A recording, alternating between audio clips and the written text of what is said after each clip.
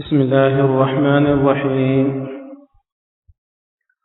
مولاي صل وسلم دائما أبدا على حبيبك خير الخلق كلهم.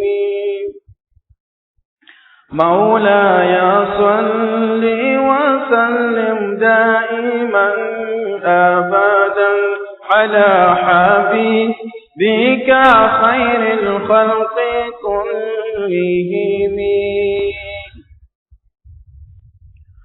ظلمت سنة من أحيا الظلام ظلمت سنة من أحيا الظلام أن اشتكت قدماه الضر من ورمي. أن اشتكت قدماه الضر من ورمي. مولاي صل وسلم دائما أبدا على حبيبك خير الخلق كلهم.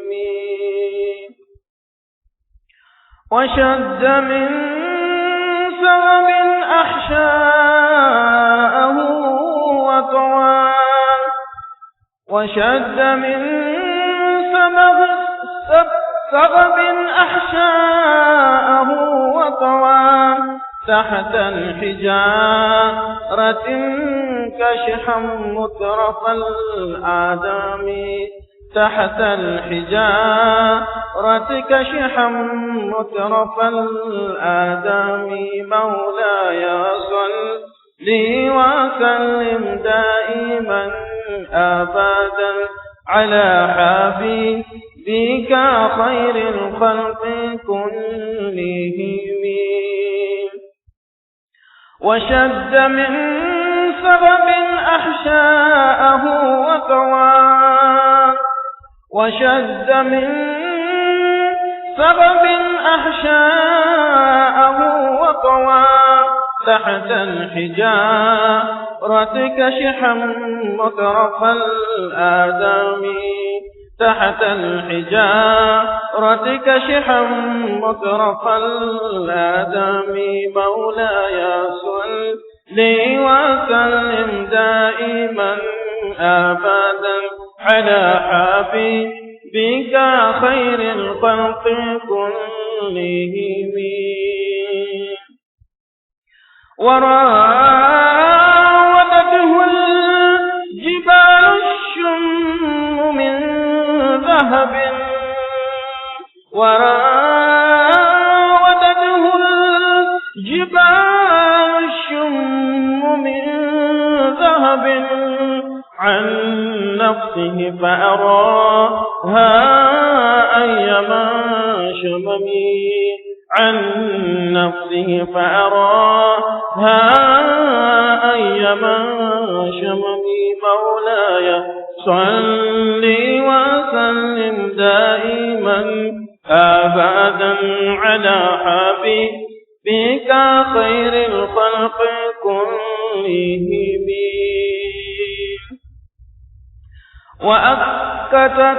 وأكدت زهده فيها ضرورته. وأكدت زهده فيها ضرورته. إن الضرورة لا تعدو على العصم. إن الضرورة لا تعدو على العصم. مولاي صل وسلم دائما أبدا على حبيبك خير الخلق كلهم. وكيف تدعو إلى الدنيا ضرورة من. وكيف تدعو إلى الدنيا ضرورة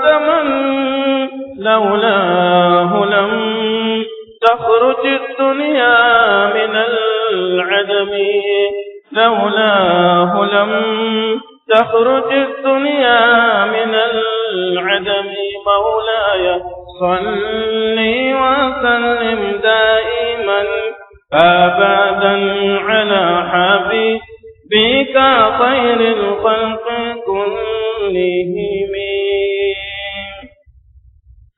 محمد سيد الكونين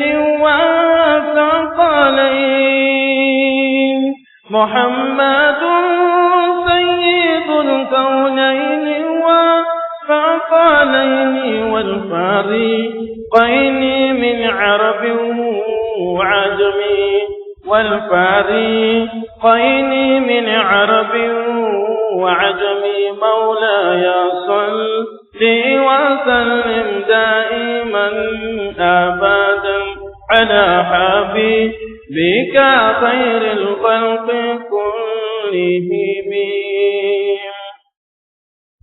نبينا الآمر الناهي فلا أحد نبينا الآمر الناهي فلا أحد أبر في قول لا منه ولا نعمي أبر في قول لا منه ولا نعمي مولاي صل وسلم دائما أبدا على حبيبك خير الخلق كلهم نحمده ونصلي على رسوله الكريم أما بعد مولاي صل وسلم دائما أبدا على حبيبك خير الخلق كلهم. This is the third chapter of Qaseedah Burdah, and it is the longest chapter of this Qaseedah Burdah. This third chapter is dedicated in the praises of Rasulullah sallallahu alaihi wasallam, and Allama Busairi rahmatullahi goes in much detail in praising Rasulullah sallallahu alaihi wasallam. At times he describes the appearance of Rasulullah sallallahu alaihi wasallam and speaks about the beauty of Rasulullah sallallahu alaihi wasallam. He likens the beauty of Rasulullah sallallahu alaihi wasallam to the sun. At times,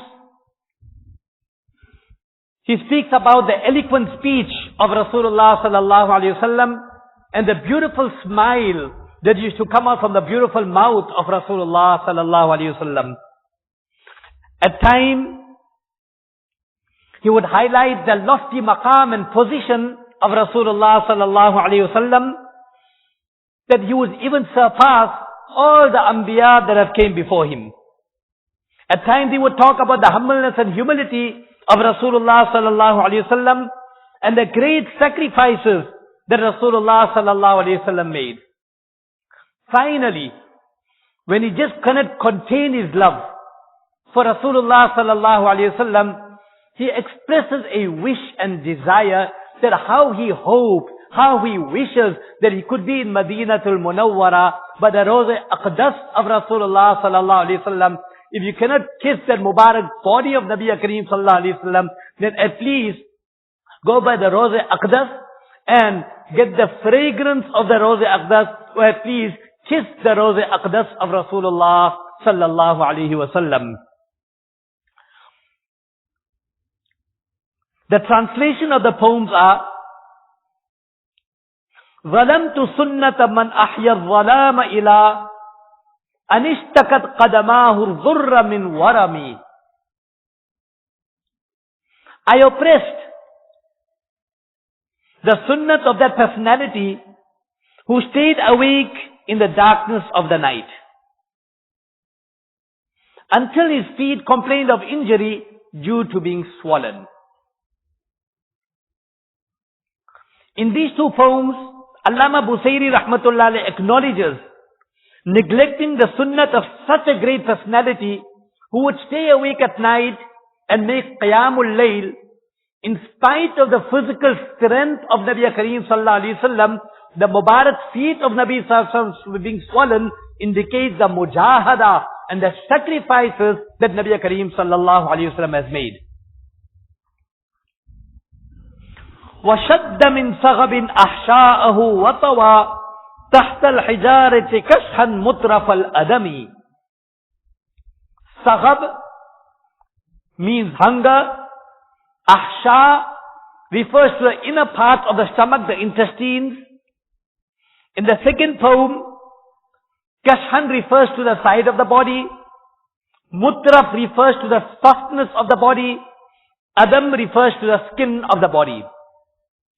The translation is, and Rasulullah sallallahu alaihi wasallam put such strain on the inner parts of his stomach out of hunger that he even wrapped his soft skin under a stone.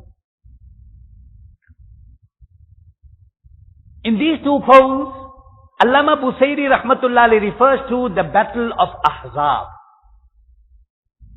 The battle of Ahzab took place in the 5th year after Hijrat, after the migration of Nabi Kareem Sallallahu Alaihi Wasallam to Madinatul Munawwara.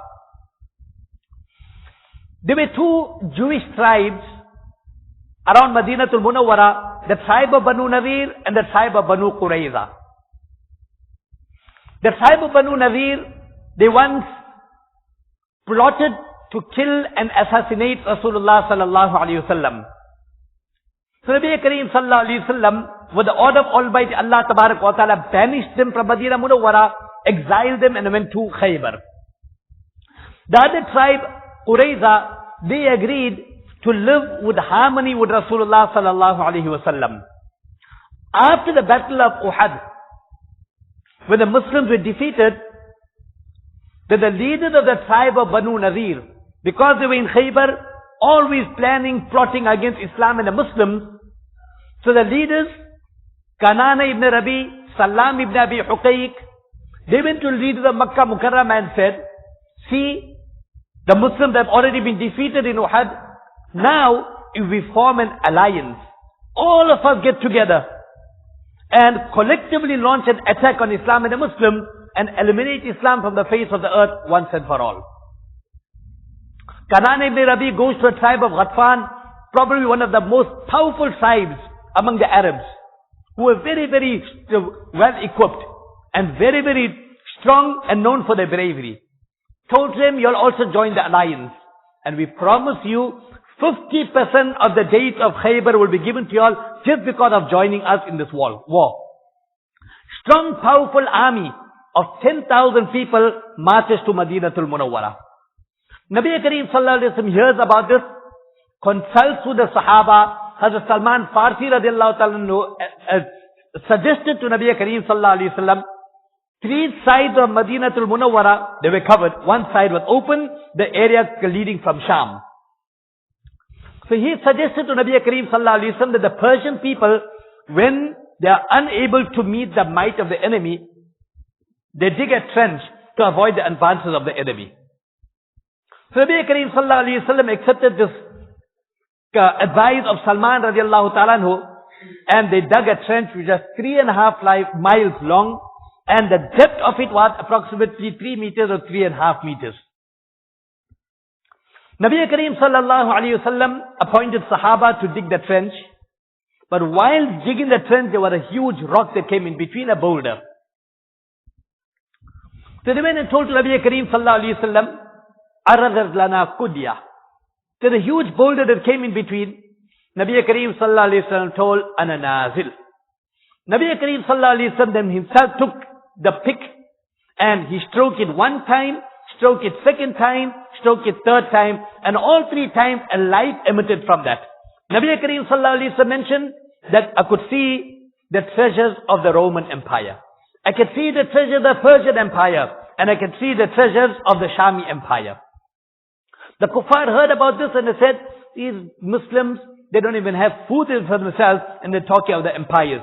And this is what Almighty Allah Tabarak wa Ta'ala revealed, قُلِ اللَّهُمَّ مَالِكَ الْمُلْكِ تُؤْتِي الْمُلْكَ مَنْ تَشَاءُ. Kingdom is in the hands of Allah Tabarak wa Ta'ala. Allah gives the kingdom to whosoever Allah Tabarak wa Ta'ala wishes. It was on that occasion When Nabi sallallahu alaihi wasallam went down in the trench with the thick Sahaba noticed the belly of Nabi Kareem sallallahu alaihi wasallam. There was a stone that was tied on the belly of Nabi Kareem sallallahu alaihi wasallam. And this is what Allama Busayri rahmatullahi refers to, that he had wrapped his soft skin under a stone. وَرَاوَدَتْهُ الْجِبَالُ الشُّمُّ مِنْ ذَهَبٍ عَنْ نَفْسِهِ فَأَرَاهَا أَيَّمَا شَمَمِ. Shum means high. The translation is, and high mountains of gold tried to tempt Rasulullah sallallahu alaihi wasallam, but Rasulullah sallallahu alaihi wasallam himself showed the high mountains who is more higher. In these verses, Allama Busayri rahmatullahi highlights the istighna'iyat, the independence of Rasulullah sallallahu alaihi wasallam. The word was offered to Nabi Kareem sallallahu alaihi wasallam, but Nabi sallallahu alaihi wasallam showed no inclination towards the dunya. And the poems after that emphasizes this point even more, where Allama Busayri says, وَأَكَّدَتْ زُهْدُهُ فِي مَا ذُرُورَتُهُ إِنَّ الزُّرُورَةَ لَا تَعْدُو عَلَى الْعِصَمِ. In fact, his needs consolidated his zuhd. That his needs of the dunya actually consolidated his abstinence of this world. For verily, need never prevails, or need never overpowers the infallible. Nabi Kareem sallallahu alaihi wasallam was ma'asum, and obviously the need will never overpower Nabi Kareem sallallahu alaihi wasallam being a ma'asum person. Again in these poems, Allama Busayri rahmatullahi explains the extent of the zuhd and the extent of the abstinence of Rasulullah sallallahu alayhi wa sallam. وَكَيْفَ تَدْعُو إِلَى الدُّنْيَا زُرُورَةَ مَنْ لَوْلَا لَمْ تَخْرُجِ الدُّنْيَا مِنَ الْعَدَمِ. How can the need of such a personality incline him towards the world? For had it not been because of him, the world would never have come out of non-existence. In other words, that Allama Busayri poses a question to us. That how can Rasulullah sallallahu alaihi wasallam be in need of the world when the world itself was in need of Nabi sallallahu alaihi wasallam to come out from non-existence? And this is actually referring to one hadith, لَوْلَاكَ لَمَا خَلَقْتُ الْأَفْلَاقِ. There's much academic discussion on the authenticity of this hadith. Actually, the wording of the hadith, not the meaning of the hadith. The meaning of the hadith is accepted by all the ulama. Which means, had it not been because of Nabi Kareem sallallahu alaihi wasallam, the dunya would never have come into existence.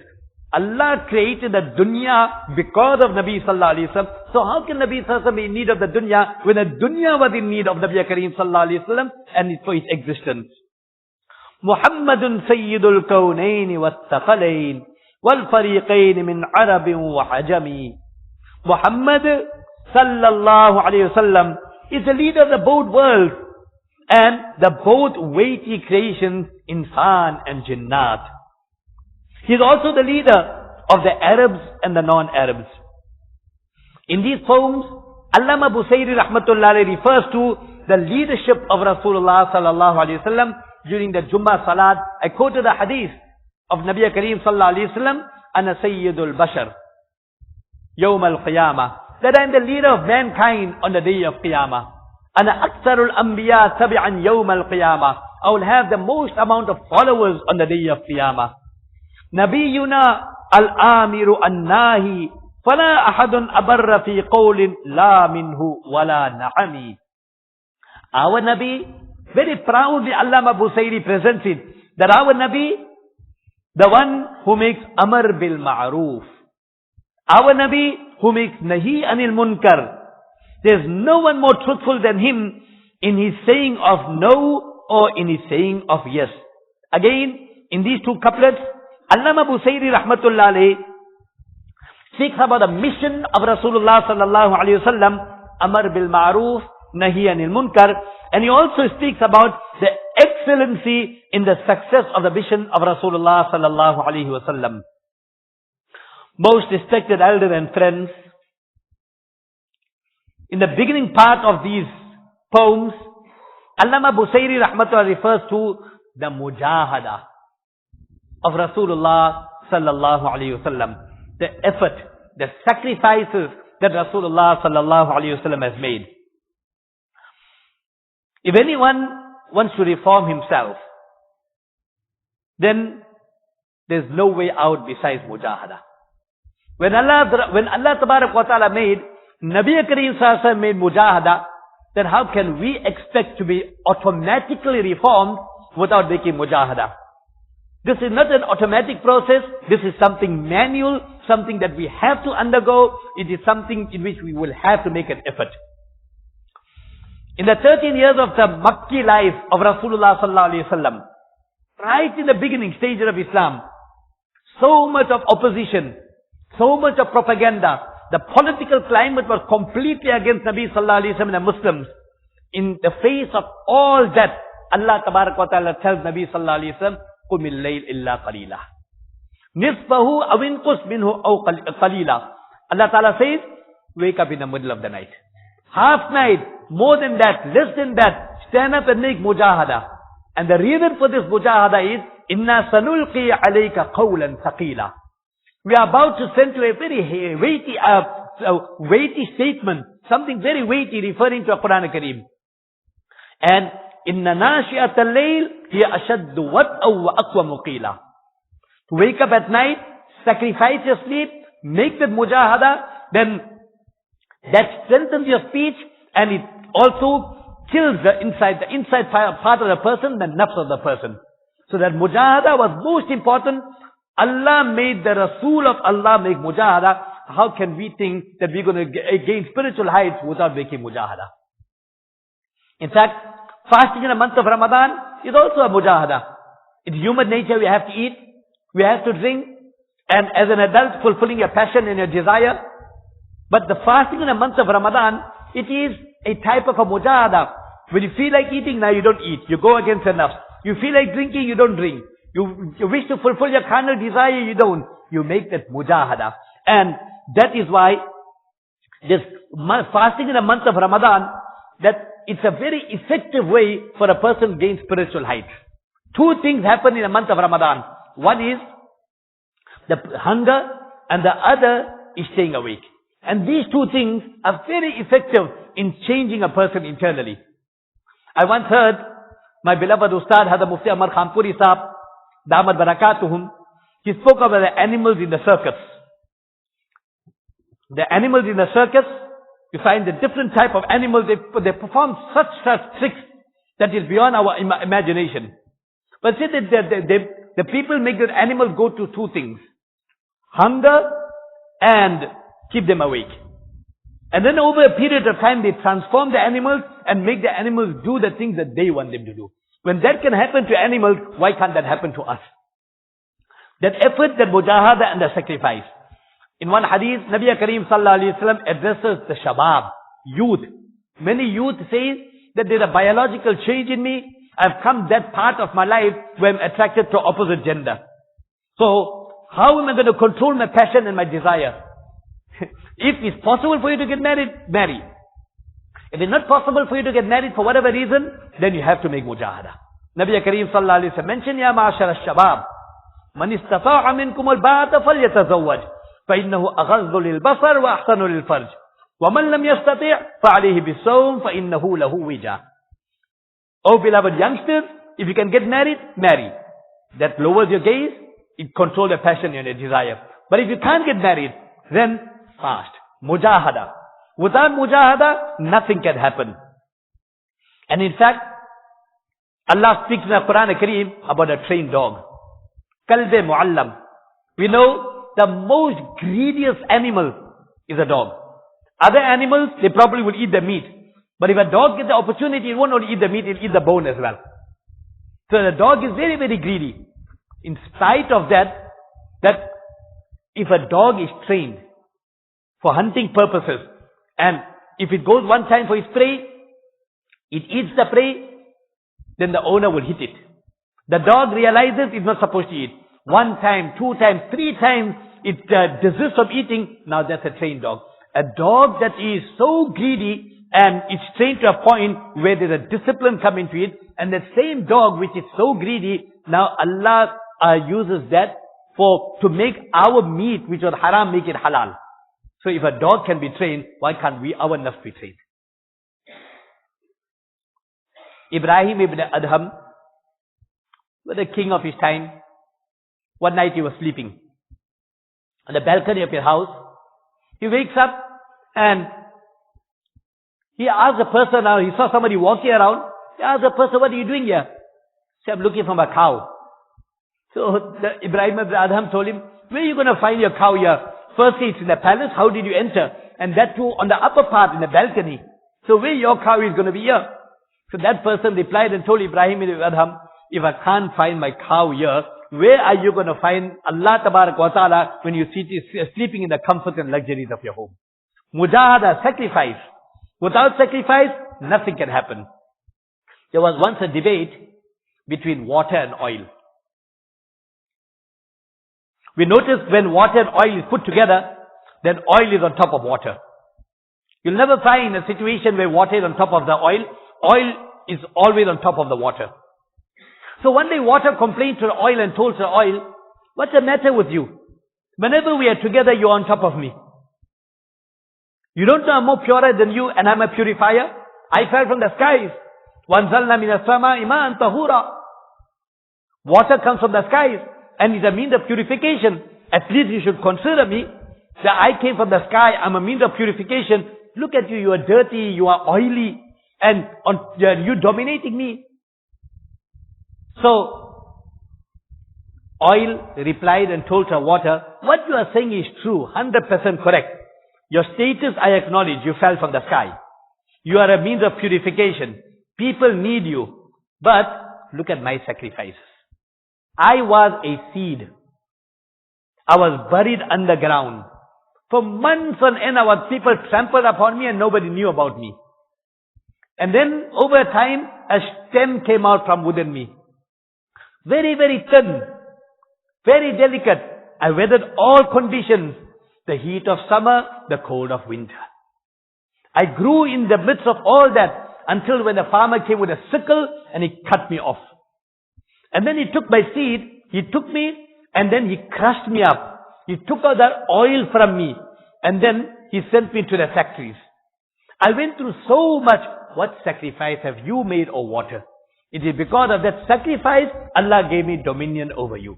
In the hadith, Nabi Kareem Sallallahu Alaihi Wasallam mentioned, Man batta'a bihi amalu, lam yusri' bihi nasabu. That if a person doesn't make mujahada, he just relies on his name. I come from this family, my father is so and so person, my uncle is so and so person. Just by having a name, you're not going to go front. Allah doesn't watch name, Allah doesn't watch family, Allah watch your qurbani, your effort and your sacrifices. And that is why Allah Tabarak wa Ta'ala tells us in the Quran Kareem, وَالَّذِينَ جَاهَدُوا فِينَا لَنَهْدِيَنَّهُ سُبُلَنَا. Those people that make mujahada in my path, whether in any part of Deen and Islam, and including your nafs and your desires, you fight it, then Allah Tabarak wa Ta'ala opened many, many ways. I'll give you just one incident and I will terminate with that. There was a king in China. He had a bird. So he was going to India. So he told all his royal courtiers, I'm going to India. Is there anybody that wants anything from India? So everybody gave the orders. Then he came to a bird that was in a cage and asked the bird, is there anything that you want from India? So the bird told to the king, I don't want anything from India, but you'll see the other birds in India, convey my salam to them. That's all you want? You don't want anything more than that? Just convey my salam to them. So a king went to India. He saw some birds flying around. So he conveyed the message to a bird and said that I have a bird in a cage and this bird of mine which is in the cage, locked in the cage, conveys salam to you. So the moment the king conveyed a salam to a bird, this bird died. King thought to himself, what sin did I commit? What wrong did I do? I'm only conveying a salam. And why did that bird die? Anyway, he returned home. And then he tells his bird in the cage, you told me to convey salam. So I conveyed the salam, that bird died. And when the king told this to his bird also died. He was even more surprised. I'm conveying just salam from one place to another, one bird dying, another bird dying, what's happening? He told one of his royal courtiers, take the bird out of the cage. He took the bird out of the cage, and the moment the bird came out of the cage, came back to life, went to a nearby, chirping away, it went to a nearby tree, and sitting on the branch, and it is singing away. The king asked the bird, what is this? I don't understand the drill. He said, I was locked up in the cage. I wanted to come out from this cage. So, I wanted the advice of my fellow birds in India. So a bird in India told me that if you want to come out from the cage, you need to kill yourself. Or at least pretend that you are being killed. Allama Jalaluddin Rumi rahmatullahi, when he presents this example, he says, that bird pretended to die and it got its freedom. We are also locked up in the cages of our nafs. And if we want to liberate ourselves from the cages of our nafs, we also need to kill our nafs. Then only we'll be the real free person, liberated person, and we will be the king of the world. We will enjoy the closeness and the muhabbat of Allah Tabarak wa Ta'ala. So we make dua, Allah Tabarak give us tawfiq, hidayat, to make mujahada in the path of Allah Tabarak wa Ta'ala. Nabi Kareem Sallallahu Alaihi Wasallam is so much of mujahada. We are the ummatis of Nabi Sallallahu Alaihi Wasallam. We are the followers of Nabi Sallallahu Alaihi Wasallam. What responsibility was given to Nabi Sallallahu Alaihi Wasallam? That comes upon every ummati. That type of mujahada we also have to carry on. We also have to do. Allah give us tawfiq. Wa akhiru da'wana. Alhamdulillahi Rabbil Alameen.